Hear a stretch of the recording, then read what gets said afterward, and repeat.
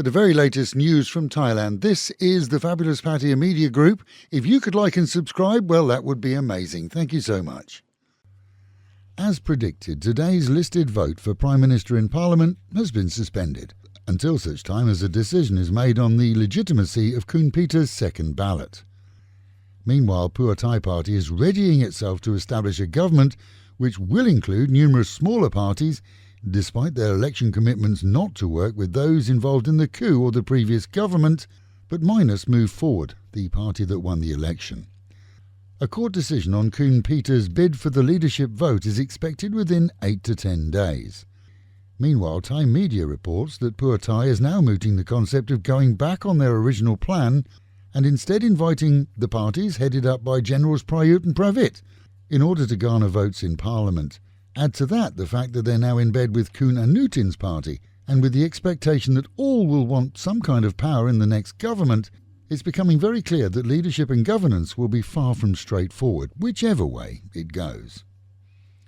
As sporadic storms continue around Thailand, word is in from Mae Hong Son province, that's in the north of Thailand, where several were injured and one has died following consistent heavy rains there that have seen flooding and landslides, and dozens of homes actually washed away. This is the same northern province that's been providing emergency shelter for Burmese fleeing the bombing in Myanmar.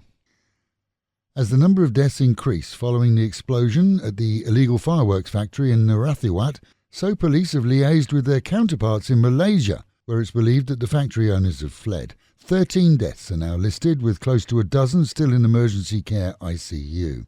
Occupants of close to 200 homes, which were damaged, have been given support by local and state government but see no chance of compensation. Meanwhile, the Deputy Commissioner of the Royal Thai Police has told the press that he is to investigate claims that the factory was known to some local boys in brown who may have accepted cash in return for poor vision. 5 are currently under investigation and 1 has been removed from the force. A Nigerian in Thailand on an overstay attempted to escape police on Phuket. There he fled in a car, bashing into several other vehicles, before ending up in a ditch as cops pursued him. He ran, they got him, and a check on the 26-year-old's rented rooms revealed his stash of drugs. This, as a local had reported him as a dealer to police. A clampdown on people bringing massive amounts of cash in and out of the country on their persons has been launched this week by the Finance Ministry in conjunction with immigration authorities. This after in just one incident a Chinaman was found to be carrying millions of baht into the country in his luggage. With the number of cash carriers caught reported to have risen to 10 times that of the past, all are advised that the regulations here ban the carrying of more than 50,000 baht in or out of Thailand unless to a neighbouring country. For foreign currency there is no limit, but carriers must declare any amount in excess of $15,000, and failure to do so can result in a 10% fine on everything that's found. Meanwhile at home, and even the cut-and-paste onliners have seen the errors of their ways, acknowledging what we told you yesterday, and that's that the video clips of Kuwaiti tourists being held at gunpoint by 2 men demanding money was totally fake, and done to clean hits on social media.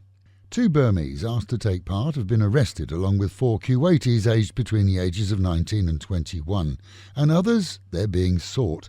There's big money involved for YouTubers if they can get the hits, and with some seeing 1 million views on one clip, it's big business too. But as Thai authorities have said, they will prosecute anyone who derides authority, the people, or puts others in danger. Add to that affecting tourism, and they best take care. Parts of Rayong province will see yet another day of no alcohol next month, as an election is once again to be held. Following the resignation of their popular local as MP, it's back to the ballot box for them.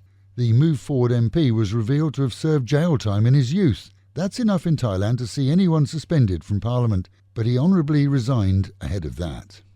It seems there is something in the air for the Germans here. We're not quite sure what, but it's driven 2 independently to remove every stitch of clothing. Yesterday saw a 61-year-old man, Heinz Hugen, live up to his name when he climbed out of an apartment building onto the ledge, first in just underpants, but later minus the same.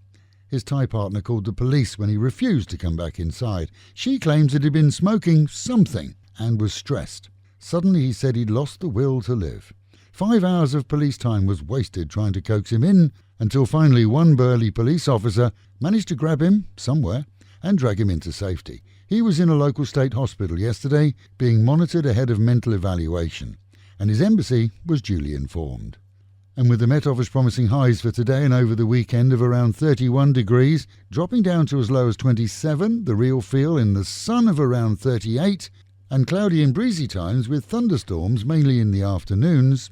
Local and national news today from Fabulous 103 FM and Fabulous Pattaya Media Group. And to get a notification every time we release another bulletin or programme, like and subscribe to our channel, Fabulous Pattaya Media Group, by using the link below.